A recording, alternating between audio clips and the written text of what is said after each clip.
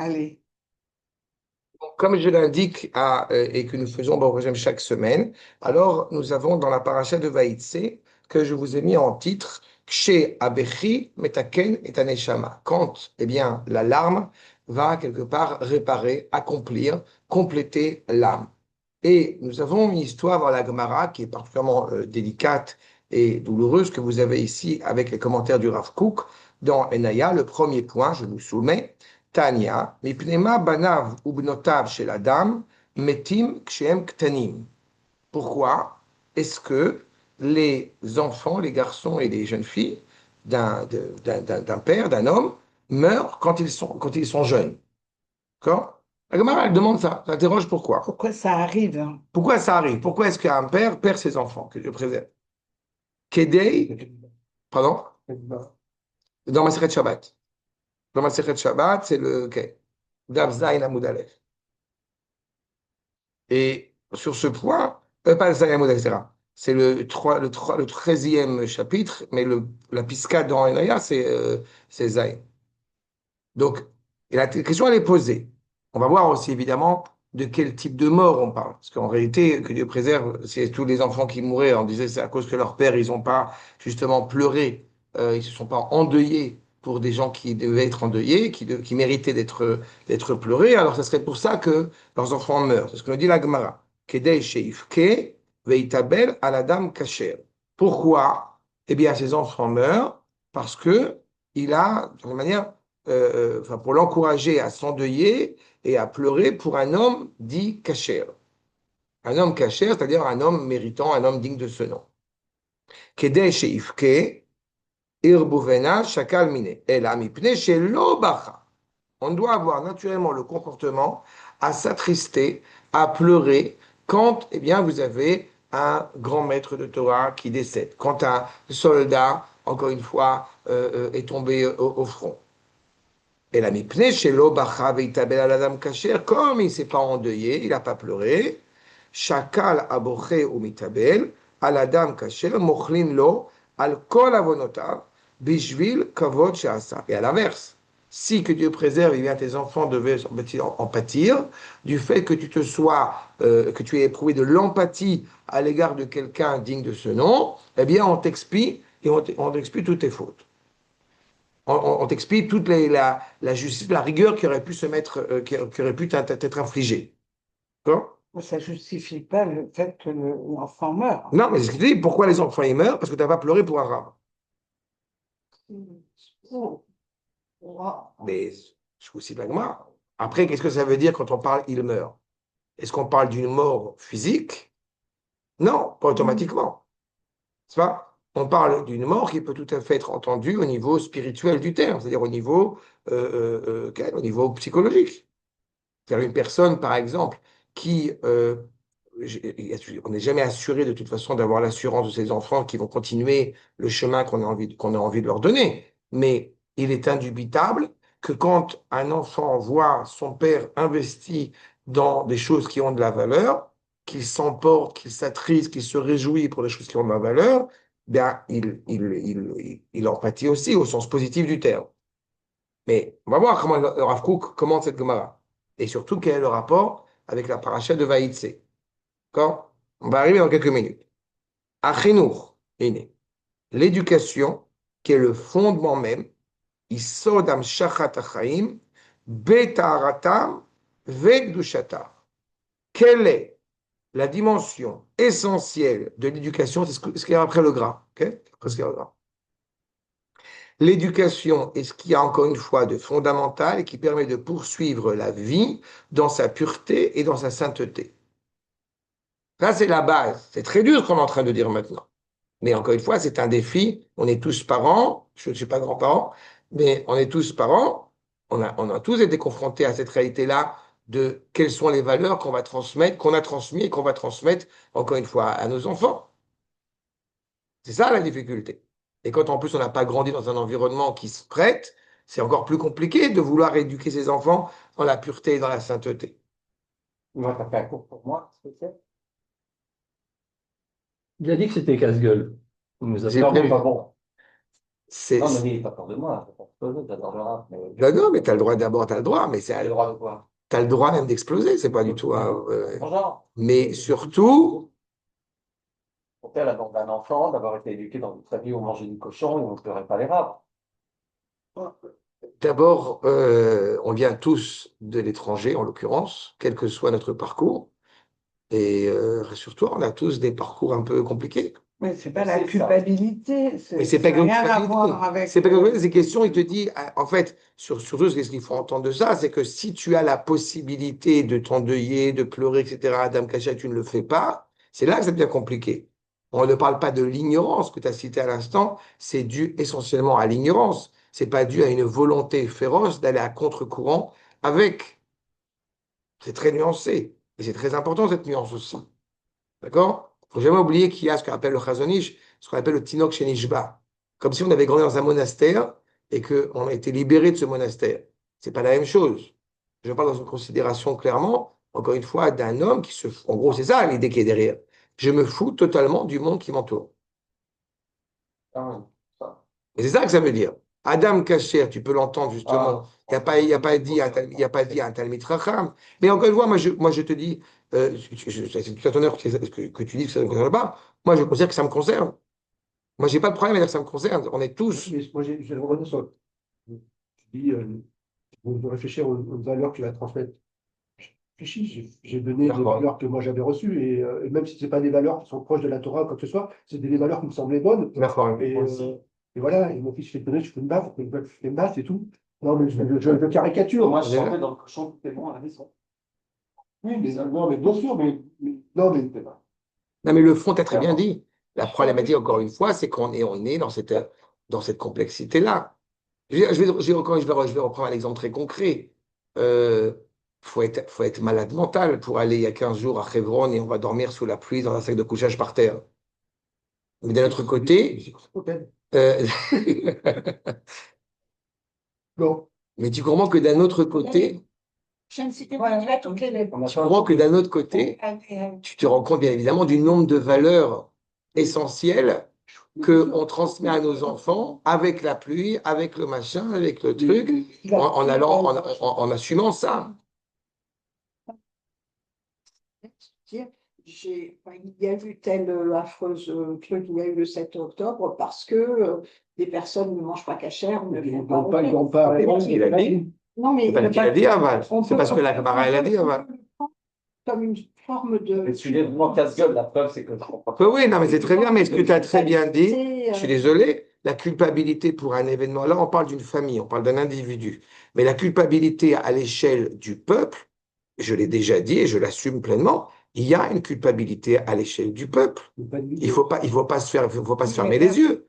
Là, on parle de la responsabilité, encore une fois, d'un homme, d'un père qui a perdu ses enfants et qui a perdu, mais encore une fois, on sait pertinemment dans la Gemara et dans la Halakha que quand tu as élevé tes enfants avec le respect des rabbinim, eh bien, tu as a priori l'assurance d'une bénédiction que tu auras des enfants qui vont respecter les chachamim.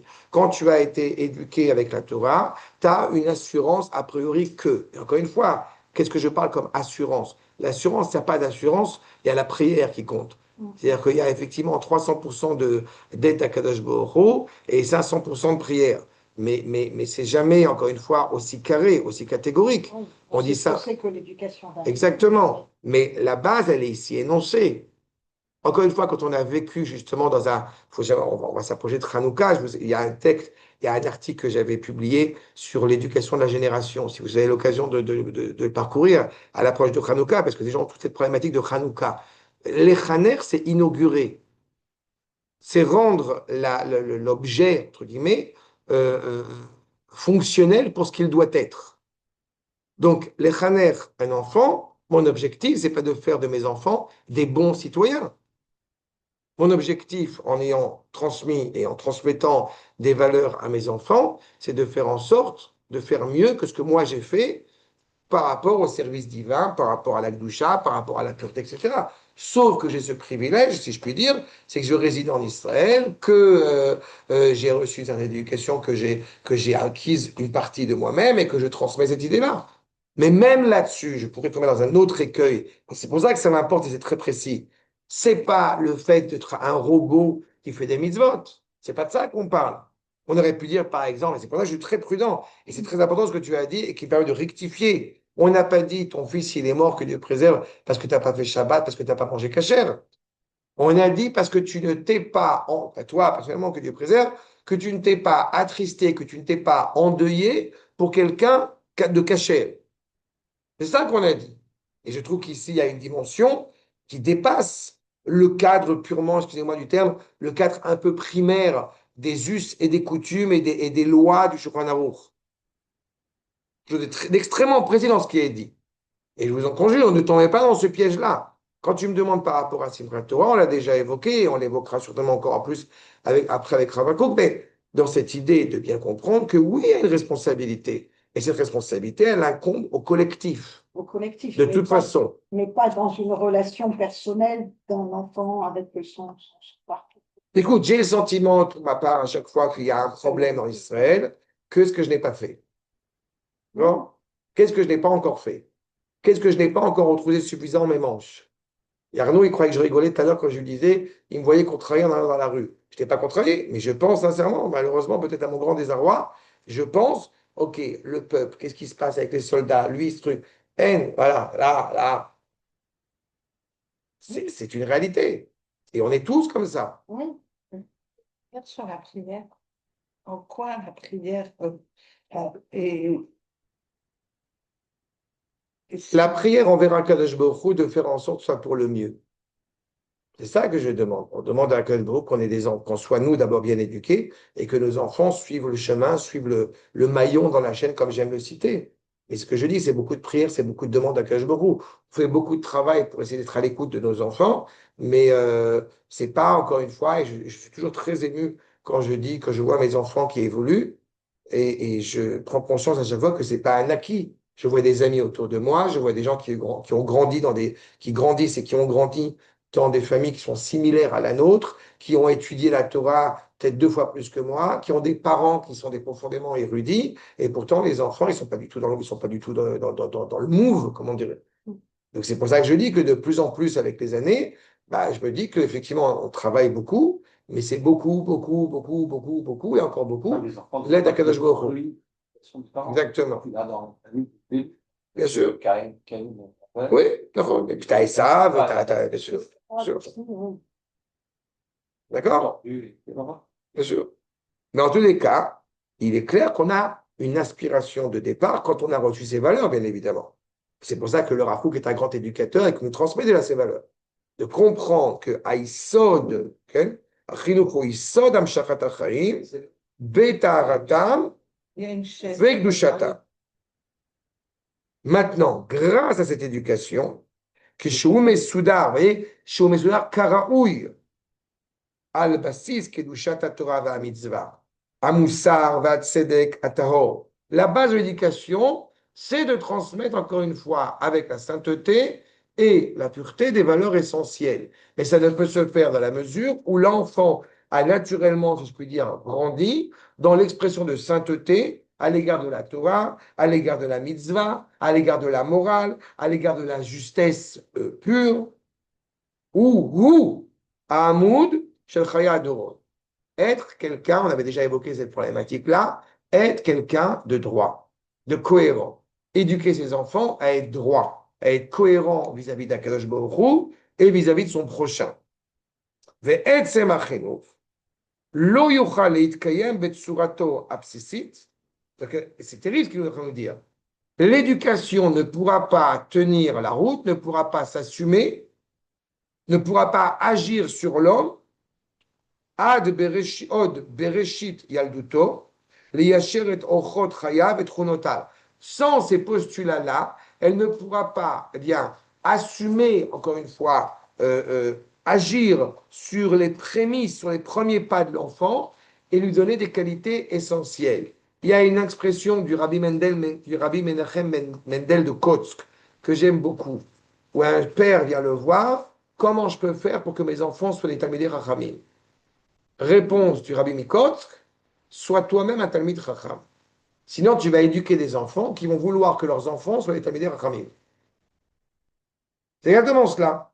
On est ce que nous sommes, avec ce qu'il y a de positif et de négatif, mais encore une fois, et nous corrigeons, aussi l'humilité qui s'impose, qui im she'ashpa'ato yotzet i mikerev lev taor, quand justement, eh bien, l'influence de cette éducation, elle sort d'un cœur pur. En l'occurrence, le cœur pur, c'est les parents.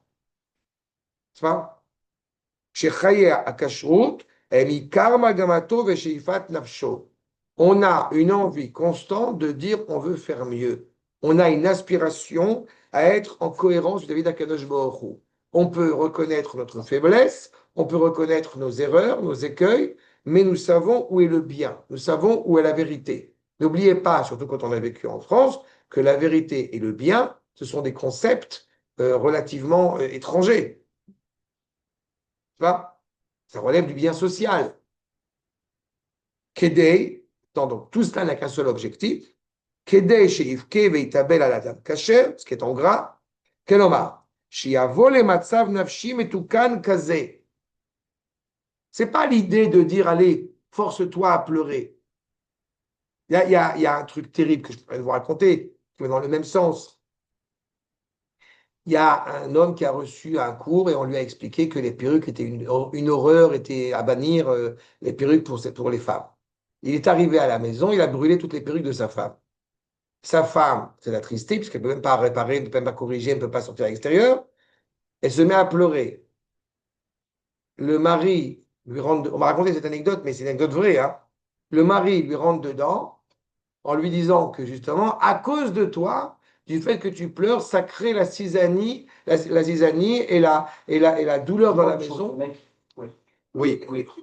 Je suis d'accord. Voilà. Il brûle les perruques et il engueule sa femme. Voilà. Il a fait Parce qu'à cause d'elle, sur la tête. à cause d'elle, Elle eh est ben, triste en plus. En plus, en plus, elle est triste. en Elle a plus, le culot d'être elle a le triste. culot d'être triste, franchement. On est compte que c'est du n'importe Je peux vous quoi. donner son nom. Mais ouais, allez. On va le taper. C'est pas grave, Ashkenaz. Donne-nous 2-3 ans. Non, ça c'est pas. Ça, c'est pas grave. Ah, Voilà. ça, moi, je Oui, peux hein. crier. Hein.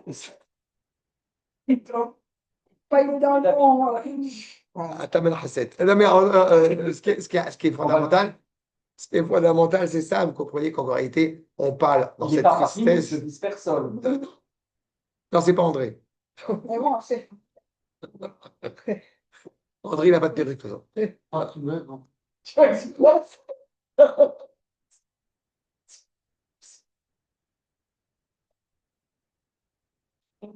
Et vous comprenez que l'idée, c'est pas pleurer pour pleurer. Pas. L'idée, c'est C'est moi. Pas moi. Excusez-moi. L'idée, c'est pas pleurer pour pleurer. L'idée, c'est qu'évidemment, parce qu'on est intéressé à ce que tu éprouves de la douleur à l'égard d'un Adam Kacher, donc tu as cette tension-là qui existe. En fait, c'est pour soulever à quel point ton éducation, elle se répercute, elle est exprimée par des valeurs. D'accord? Ah, chez Ikred Aksharot Akashrut Shebachaim, Vekevoda, donc la vie authentique, la vie cohérente avec le projet divin, Vekevoda, Tie Bo Mushreshet Bechol Mamke Alel. Et encore une fois, son respect, son honneur sera pleinement enraciné dans la profondeur, dans les entrailles du cœur, si je traduis littéralement. Umi Meile, Be'izdamnut Shel Gisha, Im Aedaro Shel Adam Kasher, ok? Dès que tu auras cette opportunité où il va te manquer quelqu'un, justement, Vadaï Ifke, c'est clair que tu vas pleurer. Encore une fois, je pense que là encore, c'est très personnel, mais je raconte souvent cette anecdote que pendant des années, quand mes enfants étaient petits, on n'aura jamais montré des images du Gush Katif. On leur a jamais parlé même du Gush Katif. Parce qu'il m'importait de ne pas laisser entendre que, eh bien, il y a des juifs tordus. Dans cette volonté d'éduquer mes enfants avec une valeur saine, de dire le peuple juif, il est animé par la sainteté et les ennemis, les goïms, parmi les goïms, justement ceux qui veulent nous occulter cette bonté, c'est très dangereux pour un enfant d'entendre qu'il y a du gris, si je puis dire. Pas pareil par rapport à certaines personnes, dire rabbinim, qui tiennent des propos absolument abjects, mais par respect justement pour la Torah, j'ai toujours fait en sorte que mes enfants n'entendent pas quand j'ai une critique à dire auprès d'un ami sur un rab ou quelconque, parce que justement dans cette construction, dans cette éducation de la Hirat Shamayim, Mais quelque part, ça doit nous peiner d'en arriver là. Ça doit nous peiner d'être dans cette situation-là. On ne peut pas voir les images du Gush Katif, on ne peut pas voir, quand j'entends des témoignages, n'est-ce pas, des otages, on ne peut pas entendre ces images et ne pas pleurer. Ou alors, on ne pleure pas, c'est qu'on a un problème, justement. N'est-ce pas? Donc, Vadaïf Kev, Itabel Allah, Bemerirut Nefesh, par amertume. Omnam, En Midatadin Pogad Be'adam, Al Maase Shelones. La vertu de rigueur, c'est là où c'est très intéressant. C'est que la justice, la rigueur divine, si je puis dire, ne va pas blesser l'homme sur un acte qui n'a pas été fait. Un acte qui n'a pas été fait, je reprends ce qu'on a dit au tout début, ça veut dire qu'on ne parle pas de quelqu'un qui n'a pas conscience du problème. Je suis navré, encore une fois, de le répéter, mais quelque chose qui m'a marqué ces dernières années, je vois, entre les Israéliens, nos compatriotes israéliens, proches ou moins proches de la Torah, qui ont une sorte d'empathie naturelle à l'égard de la destinée du peuple, qu'on ne va pas trouver chez certains juifs qui viennent de diaspora, même qui font Shabbat, qui mangent kasher, ce que vous voulez, et qui n'ont pas de manière automatique, eh bien, cette empathie à l'égard du collégial hébraïque. D'accord? Et c'est ça qu'on est en train de dire. On habite dans une réalité individualiste au possible. J'espère qu'en Israël, on n'y arrivera pas. Mais en tous les cas, on habite dans une réalité individualiste au possible. Et c'est peut-être le plus grand drame. Pourquoi est-ce qu'on parle d'un père vis-à-vis de ses fils? Pourquoi on n'a pas dit le père vis-à-vis de son voisin, vis-à-vis de ça? Parce qu'en réalité, l'amour le plus évident, c'est l'amour d'un père pour son fils. On aurait peut-être plus dit la mère, hein. Non. Mais les femmes, Non, mais c'est pas ça. on c'est que ça- n'existe pas dans le Non, mais c'est pas le Non, non. non, c'est- Non, je vais te dire pourquoi. Parce que Souvent, non, c'est les femmes qui pleurent dans la Non. Torah. non, mais c'est pas juste ce que tu dis, Sylviane. Non, Non, c'est pas. ce que je voulais dire. Non, mais c'est pas juste ce que tu dis. C'est souvent les femmes qui pleurent Non. dans la Torah. Voilà. Non, d'abord, c'est On pas a vrai. parlé- D'abord, c'est pas vrai. D'abord, c'est pas vrai. Justement, c'est pas vrai. Yaakov Avinu, justement, cette paracha, il va rencontrer Rachel et il pleure. Yaakov Avinu, il a rencontré Rachel. Il a rencontré Rachel et une fois qu'il a embrassé Rachel, il a pleuré. On appelle les services Vaya. sociaux. Et ça, c'est déjà une première chose. Mais elle a tellement pleuré que. Après, là, tu dis deux choses. Non, Rabotai. Sylvain a dit deux choses. La première chose, c'est qu'elle a parlé du rapport à la mère et le rapport au père. Le père, cet amour, c'est un acquis. La mère, c'est quelque chose de inné dans sa nature profonde d'être mère. Par conséquent, nous parlons d'un amour justement qui est profondément sérieux et qui est profondément sincère et qui est justement encore plus vécu parce il est expérimenté. D'accord? Toute chose qui est innée à la personne ne relève pas justement d'une acquisition et par conséquent, ce n'est pas une qualité. Waouh, c'est comme un ange. Exactement. Elle la route. Elle la route. Que tu peux, mais c'est ça. C'est naturel à la mère, parce que la mère, elle est animée d'une vertu, je rappelle, de la miséricorde naturelle, puisqu'elle est animée par une matrice. Donc, une mère, une femme, encore une fois, je vous accorde, dans le monde occidental, ils ont rendu plein tordu. Ils ont plein tordu. Non, moi, je- C'est pas vrai. C'est pas vrai. Attends, ça va passer, t'inquiète. Ah, T'inquiète, ça ça va revenir. Ça va revenir. Voilà, ça, c'est la première chose. Et la deuxième chose, Vis-à-vis de son mari et pas seulement vis-à-vis de son enfant. ça, c'est la première chose. Et la deuxième chose dans ce rapport à l'homme ou la femme qui pleurait plus que l'homme, ça aussi, c'est une absurdité monumentale du monde occidental. Dans le monde hébraïque, les hommes n'ont aucun problème pour pleurer. On nous a insufflé cette culture occidentale absolument abjecte qui laisse entendre que la femme pleure et que l'homme ne pleure pas. D'accord? Je peux vous dire, et je suis bien placé pour en parler, qu'à chaque fois que j'ai l'opportunité de raconter des histoires et des anecdotes en famille sur des soldats, sur des rabbinim, sur différentes choses, et c'est devenu une expression qui fait beaucoup rire mes enfants, c'est qu'au bout de 2 lignes ou 3 lignes, je pleure, Aussi, il se moque de moi, les fiches. et je dis l'expression, je commence le truc, Vezéo. Et dès qu'ils entendent un truc où je vais sur un soldat, ah bah, Vezéo. Parce qu'ils savent que ça nous prend encore une fois au trip. Et honnêtement, vraiment, pour le coup, très honnêtement, je crois que je suis encore plus sensible avec les années parce que j'ai ce privilège d'être père de famille. ce qui donne encore une valeur supplémentaire, une dimension supplémentaire. Quand on parle des soldats, on ne parle pas des soldats, on parle de nos enfants. Donc il y a ce rapport-là qui est absolument, qui nous prend vraiment encore une fois à l'intérieur. Et je dis que c'est un acquis qui est vrai pour un homme, d'autant plus pour son fils, mais justement, qui n'est pas une évidence même. La preuve, c'est qu'on pourrait, que Dieu nous en préserve, être profondément insensible. La culture occidentale, elle est douée pour ça. On pourrait être totalement insensible à autrui.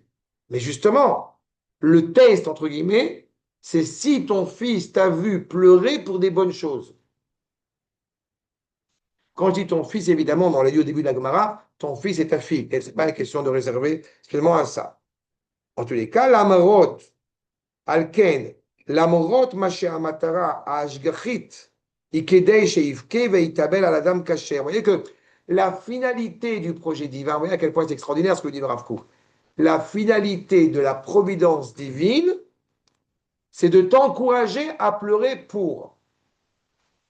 C'est-à-dire qu'il serait, encore une fois, mauvais pour la santé de ne pas pleurer, de se retenir. D'accord? On a, quand tu parlais de pleurer, Megillah Techa, elle te dit clairement, on n'a pas de consolation. J'ai les larmes qui coulent tout le temps et je ne me console pas. Et le fait que tu ne te consoles pas entretient cette douleur.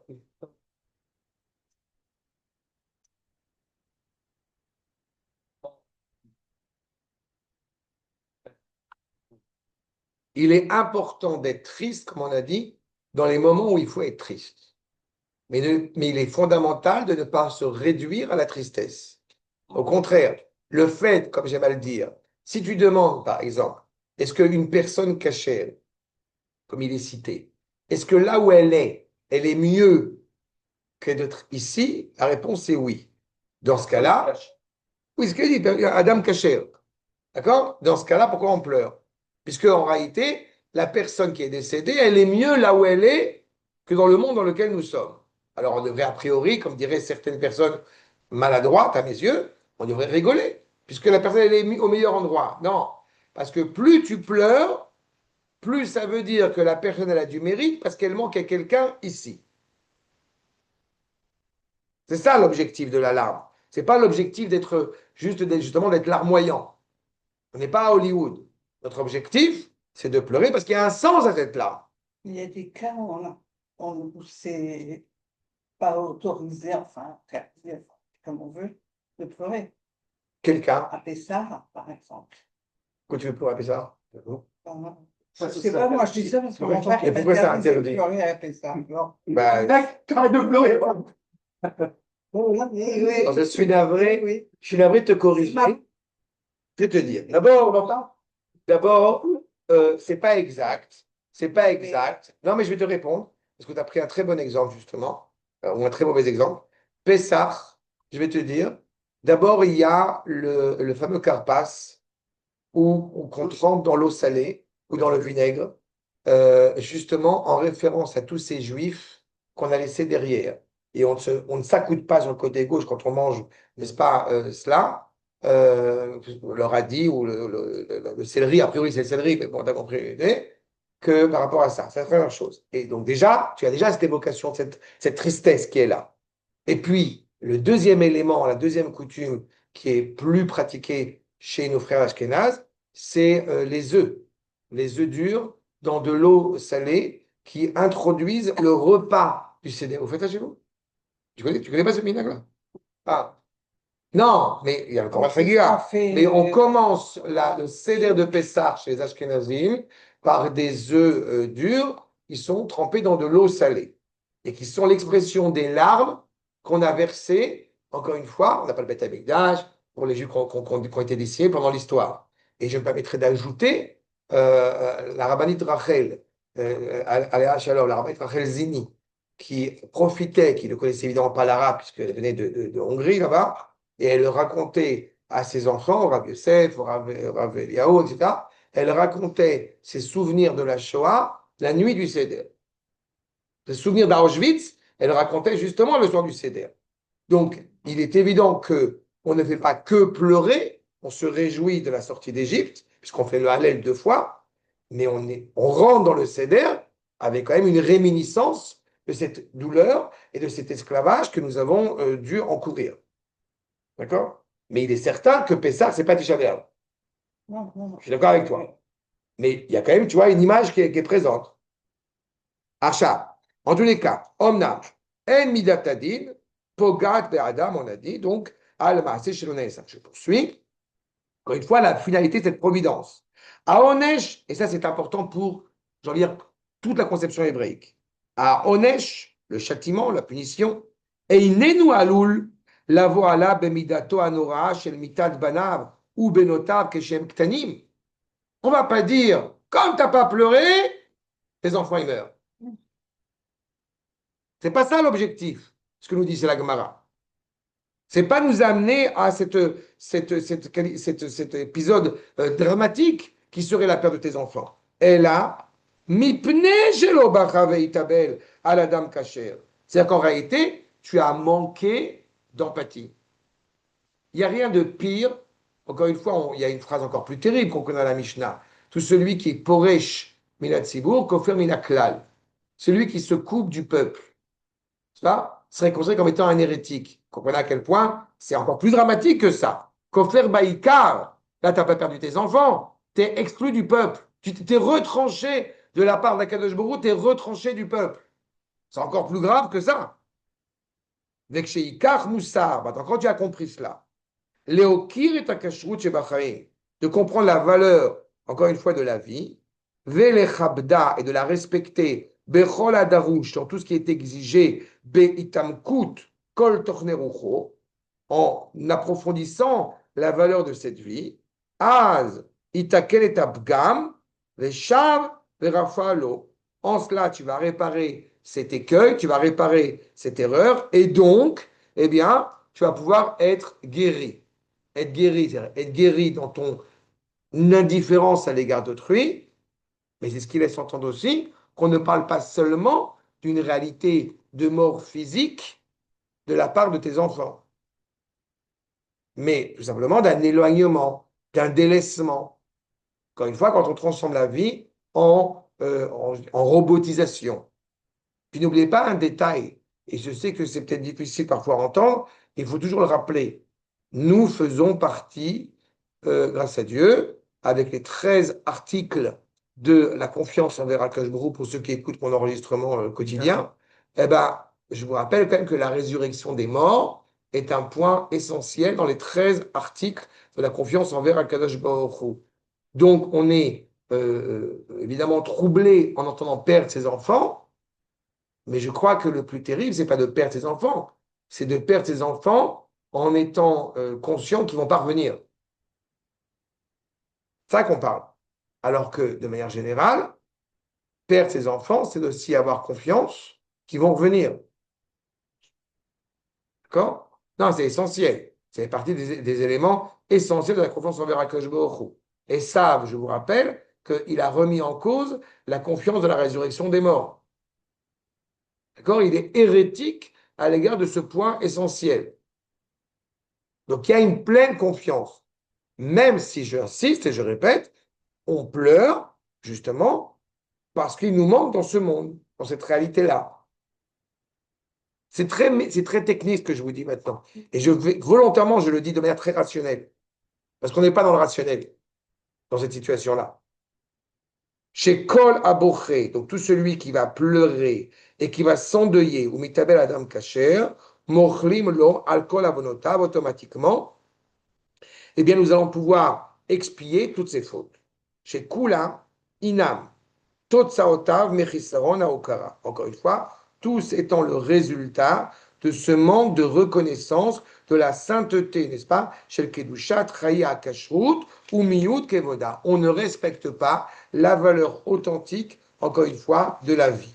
Amouv leted bakavoda ishi, shel aish shea kashrut bachaim, aita me atrato. C'est quoi Adam Kasher? Il nous dit clairement ce que c'est maintenant. C'est quelqu'un qui a compris le sens et la valeur de la vie, qui est orné, okay, qui est couronné de la valeur de cette vie.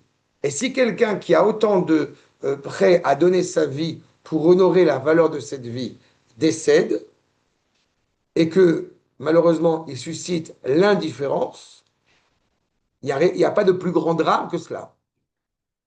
D'accord? Exactement. Et tu as des réalités, malheureusement. J'ose pas penser en Israël. Mais tu sais un des débats, bon, il suit le président américain, mais une des questions qui l'a laissé perplexe, c'est le rapport que nous avons à l'égard de nos morts. Les corps qui reviennent en Israël, bah, on pourrait les jeter à la poubelle, quoi. Ça va, c'est des. Et dans la tradition juive, il y a un point d'honneur à ce que chaque, et là je n'exagère pas, que chaque globule de sang, que chaque doigt, que chaque jambe qui reviennent, encore une fois, de nos dépouilles, de nos soldats, de nos otages, reviennent pour être ensevelis dignement et respectueusement. D'accord? Et ça, c'est quelque chose qui, encore une fois, qui montre, une fois de plus, l'intérêt que nous avons en tant que peuple pour Adam Kasher. D'accord? Donc, Ad Kedei Tiur, chez la Shem, Adam Kasher, puisque c'est tellement, il est décrit. Et j'insiste, la Gemara, elle n'a pas dit pour un Talmid Chacham, elle n'a pas dit pour un Rav, elle a dit Adam Kasher. Donc, quelqu'un qui conçoit le sens réellement de la vie. Vers Mechila, donc l'expiation, l'excuse, Abba Mitzadatikun, chez l'Abgam Anafshi. Comprenez qu'en disant cela, que Dieu préserve, les enfants d'un tel sont morts ou sont écartés, etc. Fais Shabbat, ça va arranger tes problèmes. Mais non, c'est pas ce qu'il a dit. Montre de l'intérêt à l'égard du peuple. Arrête d'être indifférent. C'est ça qu'il est en train de dire. La vraie réparation, c'est de montrer de l'intérêt. Et justement, vous remarquerez qu'il n'y a pas écrit à Selicha, il a écrit à Mechila. La Mechila, c'est auprès du roi. Je reconnais la valeur de l'entité hébraïque fidèle au roi d'Israël. C'est ça que ça implique. Chez Garam Ayerous, mais comme on était écarté malheureusement, qui a créé du coup eh bien, une destruction, Irous Ayachas Haogen Shel Kevod Achaim, qui a détruit quelque part eh bien, quelque chose de cohérent à l'égard de la valeur et du sens de la vie authentique. Ve'avartam Ha'amuka, et la valeur authentique, profonde de cette vie. Imeshiva et Jvuto. En fait, tu reviens à une vie vraie. Pourquoi? Mipne akavod she'asali. Parce que tu as su respecter celui qui était noble, qui était hautement respectable. She'akavod ou me'id ala okara. Parce que tu es capable de le respecter, ou si tu reconnais pleinement, be'atzmo ma'amik od beyoter et okara shel chaya kashrut be'ilvavo. Tu sais reconnaître la valeur de la vie, puisque tu sais reconnaître ceux qui l'honorent. Ou mimeile, iskeliot megadel banav, ou bnotav, leoref yamim tovim. Et grâce à cela, tu vas pouvoir éduquer tes enfants, leoref yamim tovim. Je reprends ce que j'ai dit. Pourquoi ce n'était pas une vie seulement physique, et c'était essentiellement une vie, encore une fois, lourde ou légère de sens, au sens noble du terme, parce qu'il n'a pas dit les horer shanim, il a dit l'horer yamim. Quand on transmet des valeurs à ses enfants, parce que nous sommes expressifs de ces valeurs-là, nos enfants grandissent avec des valeurs. Horer arichut yamim, c'est carpe diem. C'est savoir reconnaître un sens authentique à ma vie. D'accord? Veyu, les matei, Kodesh Israël, et donc automatiquement, ça va faire fleurir des êtres profondément animés par la sainteté. Donc on a cette notion, encore une fois, à quel point, j'ai envie de dire, les portails des larmes ont une valeur extraordinaire devant Akadosh Baruch. Les portes des pleurs, si je puis dire. La larme, soudain, eh bien, elle répare des choses que peut-être d'autres moyens techniques n'auraient pas la possibilité de réparer. Il y a une attention. Bien sûr. Parce que c'est vraiment, je crois qu'il pourrait, il Tout à n'a pas fait. d'enfant. Tout à Il y a fait. plusieurs exemples comme ça. Bien sûr. Il y a la femme de Manoir, bien sûr, pour Shimshon, bien sûr. Mais encore une fois, tu as tout à fait raison. Ça éveille justement, Sharedima, qu'on appelle ça. Quand tu as différentes portes pour se tourner vers Akadosh Baruch Hu, certaines se sont fermées, mais les portes des pleurs justement, ne se ferment jamais. Et on voit à travers ce qu'on va voir dans la Gemara qu'en plus de ça, elles ont une répercussion en nous réparant de l'intérieur. Qu'est-ce qui t'attriste vraiment? Est-ce que tu t'attristes pour des choses qui ont du sens ou tu t'attristes pour des choses qui n'ont pas de sens? Je vous rappelle à propos cet enseignement du Rav Shlomo Zalman Auerbach, quand on lui demandait s'il pouvait prier sur la tombe des tzadikim, etc., où est-ce qu'il allait? Sur Har Herzl. Pourquoi? Parce que les tzadikim, ils sont là. D'accord? Et c'est impressionnant de voir cette grandeur de ce maître, qui est un maître du monde dit Haredi, de reconnaître, encore une fois, la grandeur, la justesse de ces soldats qui sont sur leur Herzl. C'est ça qu'on va me parler. Regardez la suite. Dans Baba Mitzia. Amar Rabbi Lazar. Miyom Shechara Bet Amikdash. Depuis que le Bet Amikdash a été détruit, Ninalu Sharet Fila. Je reprends ta remarque sur la prière. Les portes de la prière ont été fermées. Et malgré tout, Afalpi, chez Sharet Fila Ninalu, Sharet Dima Lo Ninalu. Les portes, encore une fois, l'homme qui est capable de s'émouvoir pour des choses importantes, eh bien, cela a une valeur colossale. Et j'insiste, je vous ai déjà raconté cette anecdote, mais j'insiste pour vous dire que on n'en est même pas toujours conscient que ça a autant de valeur et autant d'importance pour nous. Il y a une époque, quand on était un jeune couple, on allait à tous les enterrements, dès qu'il y avait un attentat, c'était à l'époque d'Oslo, dès qu'il y avait un enterrement, on y allait. Et un soldat, on y allait. Et souvent, ça a créé des tensions entre des membres du gouvernement qui étaient présents pour respecter ou pour honorer le défunt et les habitants du Yishuv. Et, bon, et, et de voir cette tension, on était debout, d'entendre cette tension, je me mettais à pleurer. De la douleur de voir ces juifs qui se déchirent à cause de ces pourritures. Non? C'est quelque chose, encore une fois, qui éveille encore une fois une volonté de réparer dont on n'a pas toujours, bien évidemment, eh bien, conscience de cela. Maintenant, en quoi cela est-il rattaché, justement, eh bien, à la paracha de Vaïtsé? Voyons ensemble ce que nous enseigne M. Mishmoel.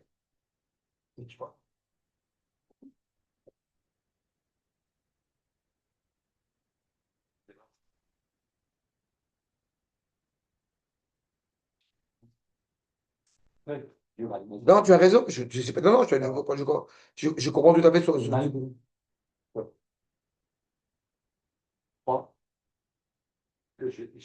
l'exemple c'est qu'à moi, personnel, à la sienne. Là, je pense qu'il D'accord. doit être, pas mal joué. Mais parce que c'est tel médicament, comme tu l'as dit, là, je me refuse à trop pleurer parce que je veux continuer à vivre pour les autres aussi. Si on se laisse aller, la peine, elle est tellement énorme qu'après, elle ne prend pas sur ta vie, sur ta porte de vie. Donc, j'entends ce que tu dis, mais en même temps, je suis vachement garde parce que cette peine n'en trouve pas sur, Tu la partages sur la vie. Je ne la partage pas parce qu'elle est qu'à moi. Bien sûr, elle est à toi, mais... Non, mais ce n'est pas de la pitié, mais on a tous, ne serait-ce que parce qu'on a encore une fois, il y a cette notion d'amitié qui s'est créée. Quand on a fait le cours le jour où justement on a appris cette triste nouvelle, j'étais à la maison et je me rappellerai toujours que je me suis effondré parce que c'est un drame évidemment auquel on partage tous, même de loin, parce que c'est pas notre fils, mais il y a quand même une douleur parce que si on a de l'empathie encore une fois à l'égard de quelqu'un, mais et personne ne remet en cause la douleur de personne, qu'elle soit individuelle ou qu'elle soit collective. Mais il est indubitable. Non, ce que je veux dire, c'est que là, tu m'apprends une chose, peut-être que tu as pensé, c'est que ma peine d'un point de vue personnel, elle ouvre des portes dans le N'importe. Et ça, je ne l'ai jamais envisagé. Voilà.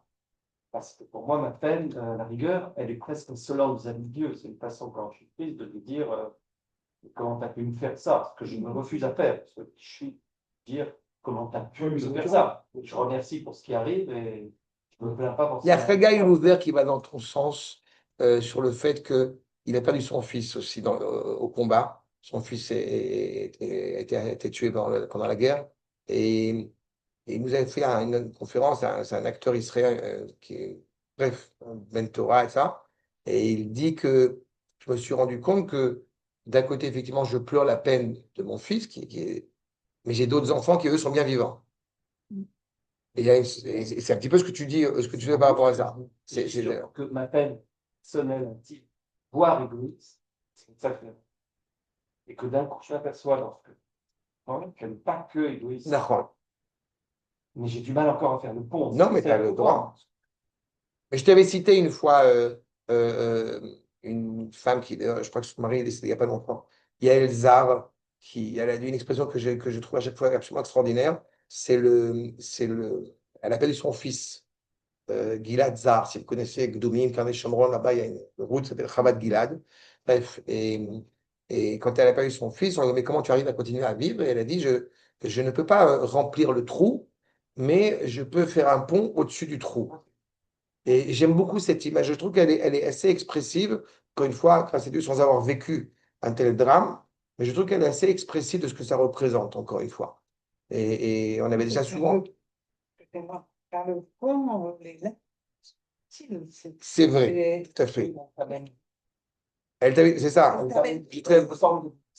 Mais c'est pour revenir au mot confiance. Les larmes servent à confiance, c'est comme le rire. Non. C'est des choses qui servent à remettre dans un état d'homéostasie. C'est Or là, il n'y a pas de larmes possibles. C'est ce qu'il a dit tout à l'heure, ça te met à l'épreuve de la confiance d'Hachem. Oui, mais encore une fois, tu peux tomber. Il y a entre les larmes, Ouais. et il y a entre les larmes, c'est très important, il y a entre les larmes et s'enfermer dans ce monde de larmes. C'est pas? N'oubliez pas que de la même manière, une personne qui va pleurer, à un moment donné, on lui demande, on exige d'elle de se lever de la Shiva. C'est comme aussi, ça peut paraître absolument terrible. Et vous savez que pour un enfant, un fils, dans l'Echem, le deuil il est de 30 jours. Et pour beaucoup de gens, ça paraît affreux, ça paraît, mais quoi, exactement.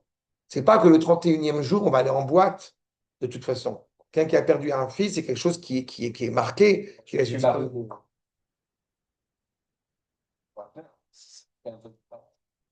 D'accord. Paradoxe. D'accord. Oui. Non.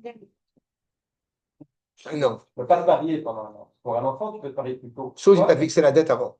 Ouais. Mais c'est Mais bon. parce que tu n'as pas. D'accord. Mais c'est pas parce que c'est jamais fini. Hein. Mais c'est ça l'idée, en fait. Et donc là, encore une fois, c'est la notion de vouloir susciter, encore une fois, ton empathie, ton intérêt à l'égard d'autrui. Et c'est très important parce qu'on voit bien qu'à Kadosh Baruch Hu, en fait, quelque part, en nous envoyant cette épreuve, eh bien, même là, c'est bienveillant à notre égard parce que c'est pour susciter justement l'ouverture des portes qui jusqu'à présent étaient fermées. Et c'est difficile à gérer. Non, mais c'est ce que tu as compris. Grand insensible, tu n'as pas besoin de ça pour son père. Non, mais tu as compris qu'il y a quelque chose d'absolument terrible, mais qui laisse entendre cette réalité-là, parce qu'il se dit les portes des larmes, elles s'ouvrent. Elles ne sont jamais fermées. D'accord? Alors, nous dit le Shem Ishmael, Yuval Inyan Abechiyut, chez Léa. Alors justement, qui a pleuré sur notre paracha? C'est Léa. Léa, elle pleure. Pourquoi elle pleure? Vous savez pourquoi elle pleure? Elle ne veut pas se marier avec Esav. Elle est vouée a priori à se marier avec Esav, et évidemment, elle n'a pas envie de se marier avec Esav.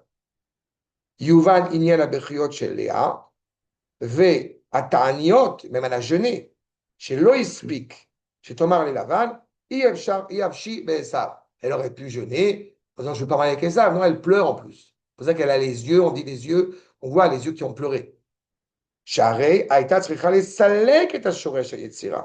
Pourquoi? Elle devait totalement écarter ce qui était inscrit, c'est-à-dire dans le fondement même de la naissance de Rachel et de Léa, et de Yaakov et de Esav. Pourquoi? Puisque vous savez qu'à Kadosh Baruch Hu, qu'est-ce qu'il fait depuis qu'il a créé le monde? Il arrange les couples, les avec zivugim. Donc, a priori, Léa était vouée à se marier avec Esav. Sauf que Léa ne veut pas d'Esav. Ve Chazat Amalach, donc justement, ce que va faire l'ange tutélaire, Sheinatek Chevel Kesher. Il veut couper le cordon. Quel cordon? Sheaya le Nishmata, Im Nishmat Esav. L'âme de Léa était rattachée à l'âme de Esav. Grâce aux larmes de Léa, les portes, si je puis dire, vont s'ouvrir et elle va réussir à ciseler le lien qui la rattachait à Esav. Mi Techilat Yetzira, ce qui était prévu dès l'origine, dès même la naissance, ou mais voir, comme il est dit dans le Zohar HaKadosh, et dans les écrits du Harizal, chez les Olam Aneshamot Yurdot les Ze Haolam, quand les âmes descendent dans ce monde, eh bien, d'où Partsufim, avec deux visages, un visage masculin et un visage féminin, Zachar ou Nekeva, et là, Shemit Pardot, vous avez ces âmes qui descendent masculines et féminines, à double visage, elles se séparent, et quel est l'objectif par le biais du mariage? De retrouver justement, de réunir cette âme, cette neshama, à la fois féminine et masculine. Et achakar, et donc par la suite, grâce à cela, zochim ou misdavgim, et on se marie, au Hashem, on réunit cette âme qui avait ces deux facettes. D'alken nishmat Léa, donc l'âme de Léa, yatsa le orola, elle est née, si je puis dire, l'âme de Léa, attachée, dvuka, im nishmat Esav, intimement rattachée à celle d'Esav, ve'alken, bechiata ve'ta'aniotea, nitparda, grâce aux jeûnes qu'elle a fait, grâce aux pleurs qu'elle a versés, aux larmes qu'elle a versées, eh bien, elle a pu se séparer totalement de Esav. Je vais le dire autrement pour que ce soit encore plus clair. Quand on a quelque chose qui nous importe, est-ce que ça nous importe réellement ou non? Dans le bien comme dans le mal. Tu es embêté qu'il n'y ait pas, je ne sais pas, qu'il n'y ait pas Beth Amikdash, à quel point ça t'embête? Tu es embêté que nous sommes en train de négocier ou de ne pas négocier Gaza, à quel point ça t'embête? Et à l'inverse, ça y est, on a reçu on n'est plus dépendant de l'eau et de l'électricité à Hebron dans le caveau des patriarches, on n'est plus dépendant du Waqf, à quel point tu t'en réjouis?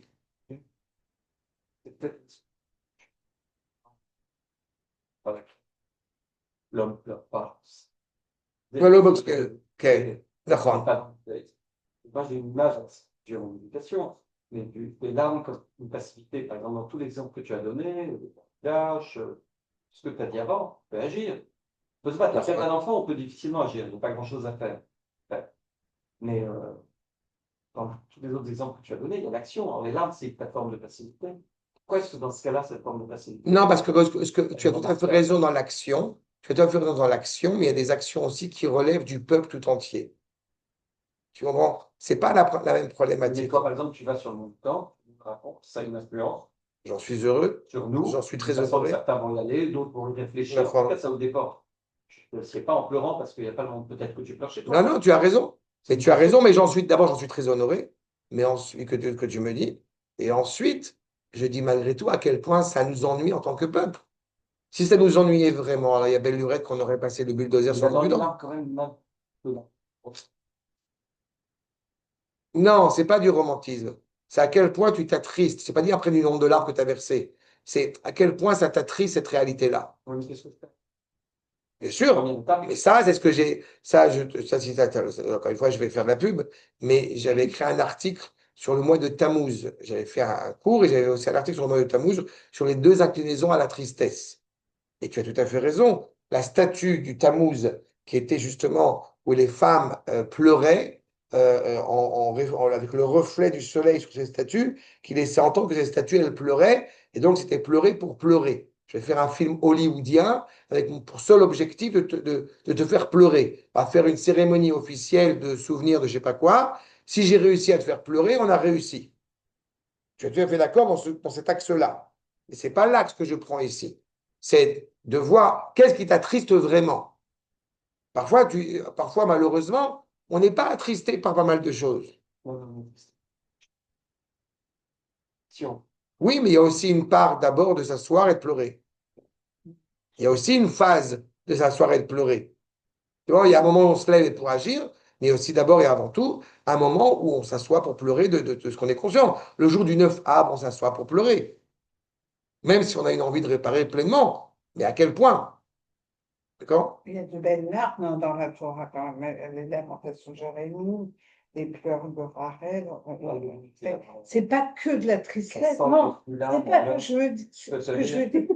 Non, c'est pas que de la tristesse. J'ai rien dit, mais Il y a des belles larmes, des larmes de joie. Oui, ça Ah va. bah, elles sont belles, c'est là. Enfin, moi, je trouve. Les lamentations de Mais c'est Jérémie, plus la tristesse.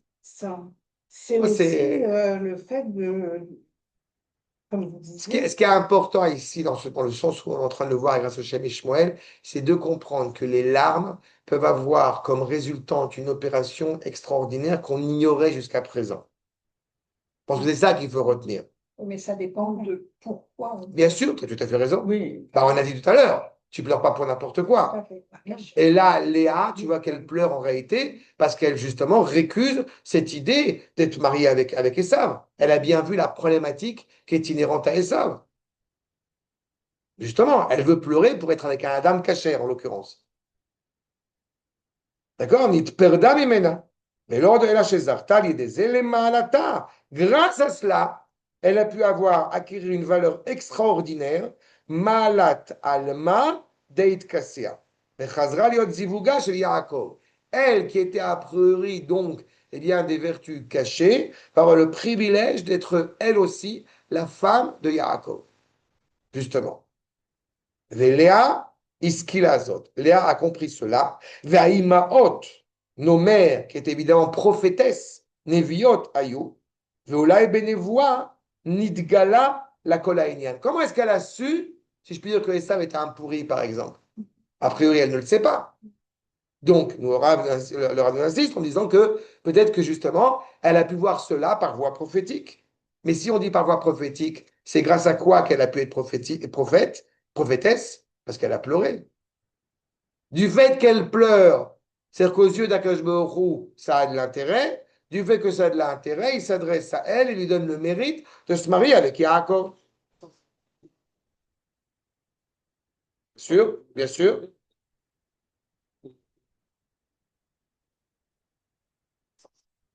Oui. D'abord, ce n'est pas une vulnérabilité, c'est une force de capable de pleurer. Oui, je pense que c'est la même. C'est ça. Ce que fait mon groupe. Genre, Et encore une fois, c'est ce qu'a dit tout à l'heure Nathalie. C'est pourquoi tu pleures. La vraie question, c'est pourquoi tu pleures. Pourquoi pleure-t-elle? Pas parce qu'encore une fois, elle n'a pas reçu son, je sais pas, son casse-croûte.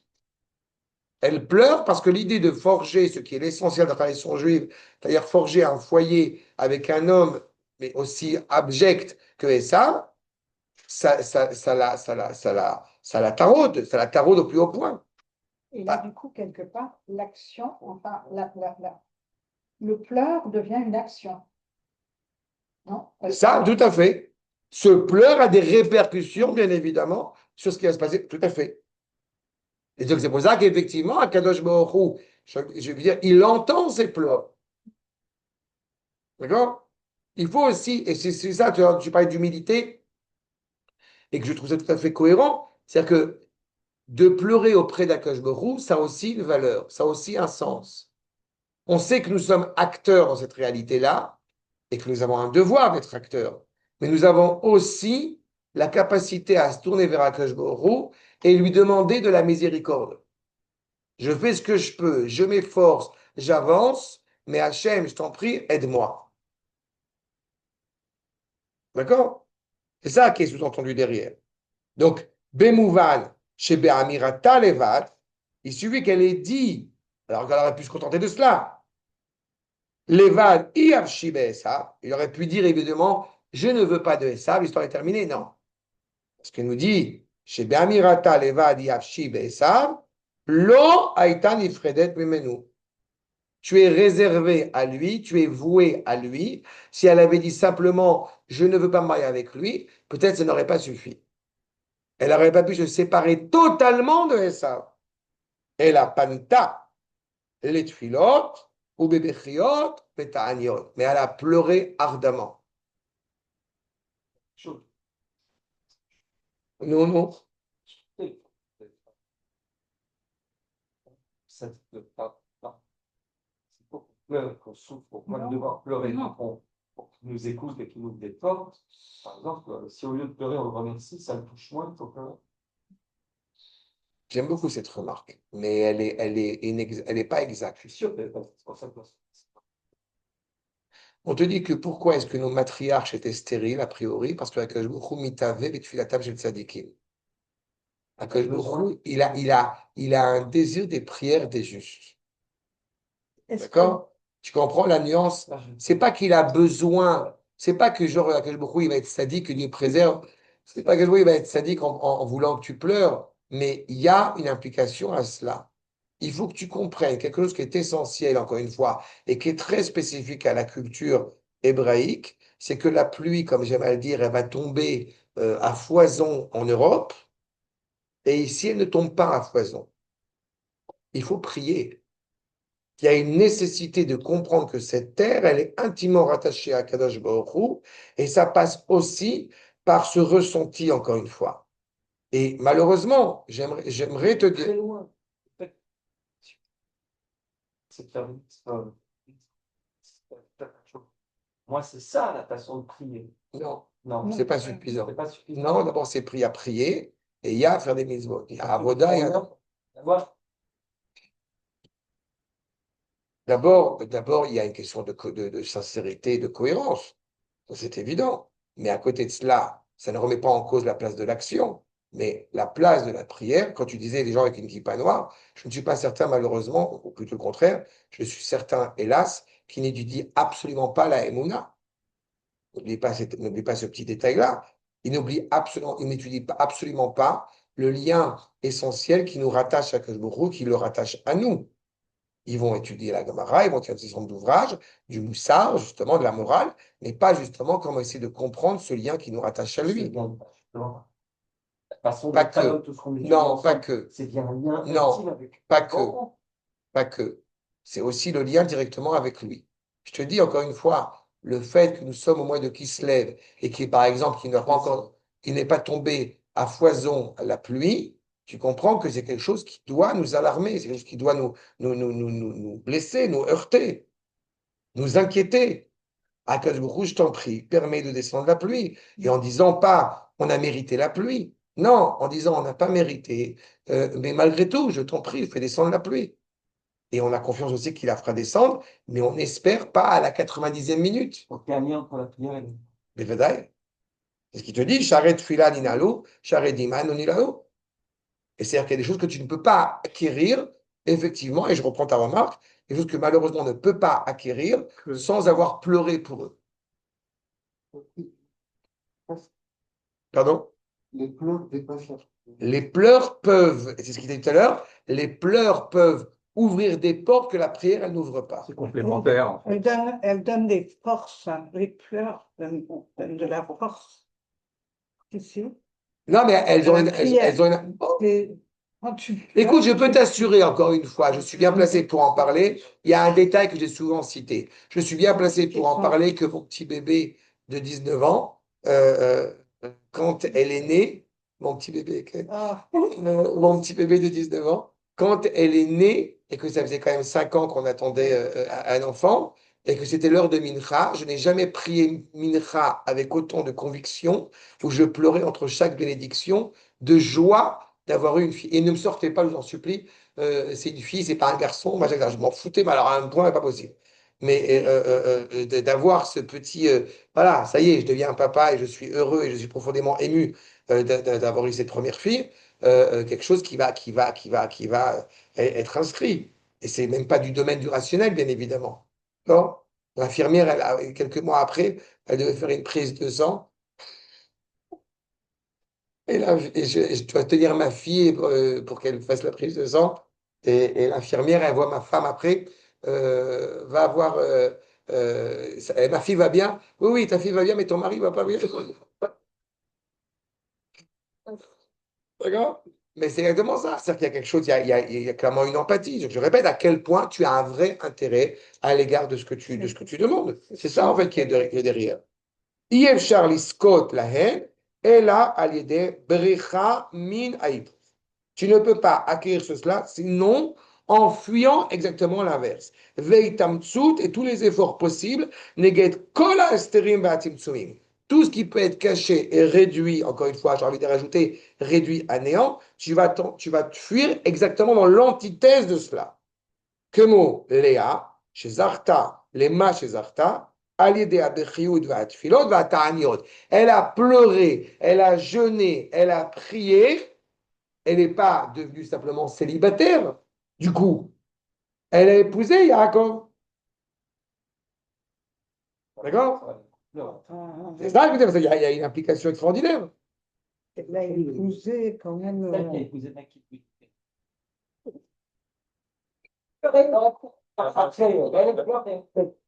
Maintenant, prenons, si vous me permettez, une dernière illustration dans le Sefer Shemot, au moment où on est justement sorti d'Égypte. On veut sortir d'Égypte. Qu'est-ce qui a convaincu, si je puis dire, à Kadosh Baruch Hu, qu'il est temps de nous faire sortir d'Égypte? Exactement. Regardez la suite. Regardez le dernier point. Vayomer Hashem, roé raïti, je vois la pauvreté de mon peuple, Oniami, Asher Bemitzrayim, qui est en Égypte. Vetsakatam jamati, leur complainte, j'ai entendu. Mipne noksav, de ceux qui leur ont fait du mal. Pourquoi? Qui a daté de Mechovav, je savais qu'ils souffraient. Ce qui est de plus terrible, encore une fois, c'est quand je reprends. Tu veux être dans l'action de corriger une réalité, c'est tout à fait juste. Mais à quel point ça t'emporte? À quel point ça te marque? À quel point ça te touche? C'est ça la question. Encore. Pareil, c'est ce que disait Arnaud. Hachem, il voit bien que Bien sûr. Bien sûr. Il a besoin des pleurs. Vous avez besoin des pleurs. Comme si à quel point il a besoin des pleurs. Encore une fois, nous sommes partenaires. Oui, oui. Quand on pleure, on crée un Mais lien. voilà, il existe le lien. Non, le lien, il existe constamment. Non, le lien, il existe. Mais Akadosh se révèle à nous, dit le Midrash Mistater, il se cache pour pleurer. Il se révèle à nous comme si justement, il se cachait pour pas qu'on voit qu'il pleure. Évidemment, il partage pleinement la souffrance. Regardez juste les derniers versets. Vered la tsilo, je vais descendre à propos d'anthropomorphisme. C'est quoi Ered? Que je vais descendre la tsilo pour le sauver. Miyad Mitzraim, de la main des Égyptiens. Ou les haloto minaharet, c'est le monter de cette terre. Ahi, el eretz tova ou chava, pour l'année, donc c'est une bonne terre, évidemment, on parle d'Eretz Israël. El eretz zavat chalabudvash, el makom aknaani. C'est pour ça qu'il fallait sortir d'Égypte pour rester à Paris. C'est ce qu'il dit. Ve'ata, ine, sa'akad bnei Israël. Qu'est-ce qui m'a convaincu? Qu'est-ce qui m'a encouragé? Le cri, le pleur du peuple juif. Ba elai, sa'akad bnei Israël ba elai. Ve'gam ra'iti et alachatz. Et j'ai vu aussi évidemment la pression que les Égyptiens opéraient sur eux. Asher Mitzrayim lochatzim otam. Ve'ata, lecha. Va Moshe, ve'ishlachecha el paro, ve'otse et ami ben Israël et Mitzrayim. Mais qu'est-ce qui a fait, si je puis dire, que Akash Baruch Hu est à l'écoute de cette complainte du peuple juif? En fait, parce que j'ai vous écrit tout à l'heure les pleurs, parce qu'il ne faut pas oublier un petit détail, c'est que celui qui pleure en premier pour le peuple juif auprès d'Akadosh Baruch Hu, c'est Moshe Rabbeinu. Il ne faut pas l'oublier. C'est lui qui est devant Akash Baruch Hu en train de lui demander, mais comment tu laisses ce peuple souffrir autant? Ce qui nous indique bien évidemment, Moshe Rabbeinu va prier. La révélation du buisson ardent, le buisson étant le peuple juif, et le feu, c'est qu'on essaie de brûler cet arbre, mais il ne se consume point. Et la parole d'Akash Baruch Hu parle au sein de cet arbre. C'est en cela où je dis qu'il y a clairement une vraie réflexion de la part de Moshe. Après, comment sais-je que Moshe a un intérêt certain pour le peuple juif et par rapport aux autres? C'est que je te rappelle bien évidemment qu'il a foutu un coup de poing dans la figure à l'Égyptien qui a osé lever la main sur un juif. Donc il y a quelque chose de profondément, encore une fois, d'empathie. Et là, on n'a pas de Torah encore à ce moment-là. Et autant on peut dire des patriarches qui faisaient toute la Torah, autant on ne peut pas dire de Moshe qui faisait toute la Torah. Il a grandi dans un palais égyptien. Donc son premier intérêt juif, entre guillemets, c'est cette idée de dire qu'il est profondément impliqué dans le dessein, dans la destinée du peuple juif. D'accord? Il y a quelqu'un qui m'a raconté une fois, il était sur la voie de la conversion, et il me dit, et en bref, on parle, un jeune homme, et pourquoi tu veux te convertir au judaïsme? Et il dit, j'ai vu, à titre d'exemple, j'ai vu quelqu'un sur le quai du métro qui était en train d'agresser un vieux monsieur juif.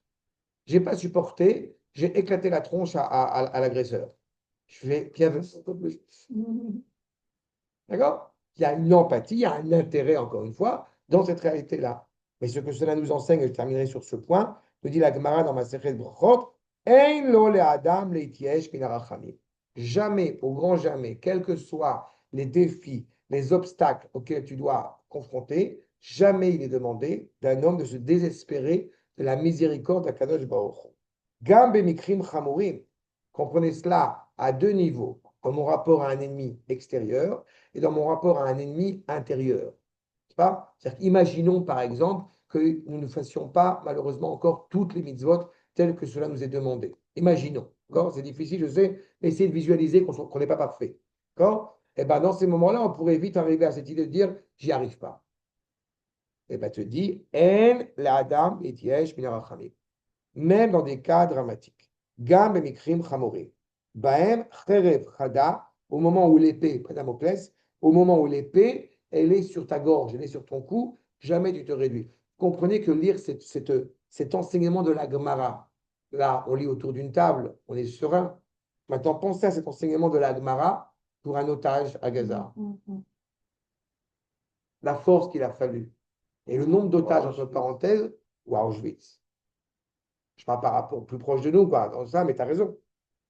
Quelque chose qui est vécu. Quand vous avez des otages qui ont dit, ils ont senti, ils ont parlé avec Akash Borou pendant ces 2 ans, mais je suis persuadé qu'Akash Borou était avec eux pendant ces 2 ans. Je n'ai aucun doute sur le sujet. C'est exactement ça. D'accord? Donc, soyons consciencieux à quel point, je répète, ce sujet, à quel point la larme peut pleinement réparer accomplir notre neshama et nous faire avancer vers de grandes choses. Là, encore une fois, tu rentres dans l'individu. Et j'insiste, on n'est pas dans l'individu. Les otages ne sont pas des otages individuels. Ceux qui ont été frappés, ce ne sont pas des kibbutznikim de gauche ashkénaze, c'est le peuple juif qui a été frappé. Et donc, par conséquent, le mérite de ces dépouilles qui ont été décimées, justement, le respect et l'honneur qu'on leur doit, c'est d'abord les ensevelir comme il se doit, avec la certitude que nous sommes, encore une fois, impliqués dedans. C'est une des raisons, s'il devait y en avoir une seule, c'est une des raisons pour laquelle, pour ma part, eh bien, je ne suis pas réaliste, mais je n'avais pas de doute avant, j'en ai encore moins maintenant, pour lequel le comportement de nos ennemis est impardonnable et qu'il n'y a qu'une seule solution pour pouvoir réduire ce problème, qui est la solution finale. On est d'accord. On est d'accord. Ouais, parce que je devais écrire un texte. C'est les larmes. Là, les larmes, sont quand même partis. Encore une fois, tu penses à court terme. 80 ans, c'est très court. 3000 ans d'exil, 3000 ans de souffrance, c'est rien, c'est beaucoup plus à cause de ce que nous vivons maintenant. Même les Portugais, ils n'ont pas de Torah, ils n'ont rien. Mais encore une fois, à chaque fois, tu rentres sur ce tu reviens là-dessus. Ça turlupine parce que tu voudrais une vie sans souffrance. Et ce n'est pas vrai. Pour accéder. Non, ce n'est pas vrai. Le monde futur, la terre d'Israël, le Mashiach, la Torah, pour être des cadeaux authentiquement affermis et doivent être donnés avec la pleine liberté de l'homme. C'est-à-dire qu'en réalité, tu aimes vraiment tes enfants, tu aimes vraiment ton fils parce que tu te lèves en pleine nuit pour changer la couche. C'est grâce à ça que tu vas l'aimer vraiment. Et si tu n'avais pas cette obligation de changer la couche, de te lever, de pleurer, d'être inquiété au moindre de travers, eh ben, tu ne l'aimerais pas autant. C'est justement pour pouvoir acquérir cet authentique amour. Mais, encore une fois, ça serait demander à Kadosh Baruch Hu des comptes. Mais d'abord, je ne demande pas des comptes à Kadosh Baruch Hu, je demande des comptes au peuple juste qu'il a à faire. Je te rappelle quand même, pour le coup, c'est une phrase qui m'exaspère au plus haut point ces derniers temps, à savoir qu'il faut être réaliste, on ne peut pas conquérir Gaza. Cette phrase est une abjection monumentale, et encore une fois, nous pleurons depuis 20 ans cette profanation du nom d'Akadosh Baruch Hu d'avoir donné le Gush Katif, et ça devait être clair a priori. Eh bien, ce n'est pas encore clair. Et heureusement que nos aïeux n'ont pas été réalistes quand ils sont revenus en Israël après 2000 ans d'exil. Et heureusement que, je parle des Juifs allemands là-bas dans le Bet Shean, heureusement que les Maccabim n'ont pas été réalistes, heureusement que Rabbi Akiva n'a pas été réaliste, heureusement que Moshe n'a pas été réaliste, parce que sinon on serait où aujourd'hui? que Mordechai et Chelavir et attaquer l'Iran. Heureusement qu'on n'était pas réaliste, parce que si on était trop réaliste, on n'aurait rien fait. Donc malheureusement, c'est malgré la pression qui est légitime, il doit nous importer de bien comprendre encore une fois que nos larmes, que notre douleur, que notre souffrance, eh bien, elle est entendue, elle a de l'écho. Et à nous de la prodiguer haut et fort.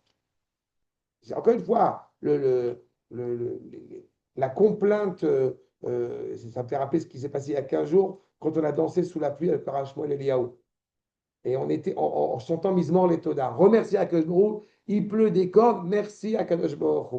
Et le Rav Shmuel Eliyahu dit après qu'on est dansé tous ensemble, alors il dit, tout ça c'est pour dire à Akadosh Baruch Hu, vas-y, envoie la pluie. On se débrouillera, on s'arrangera. Mais envoie-la, c'est bon. C'est pas grave, que je sois trempé, envoie la pluie. C'est exactement ça. On est revenu en Eretz Israël. C'est pas cher payé. On est revenu en Eretz Israël après 2000 ans. Après que tu aies des gens qui malheureusement ne l'entendent pas ainsi, eh bien malheureusement sont des gens ingrats et qui sont en train de malheureusement de maltraiter le cadeau qu'on a reçu, avec ou sans kippa, avec Streimel, sans Streimel. D'accord? Atkan pour Parashat Vayikra. Bien qu'à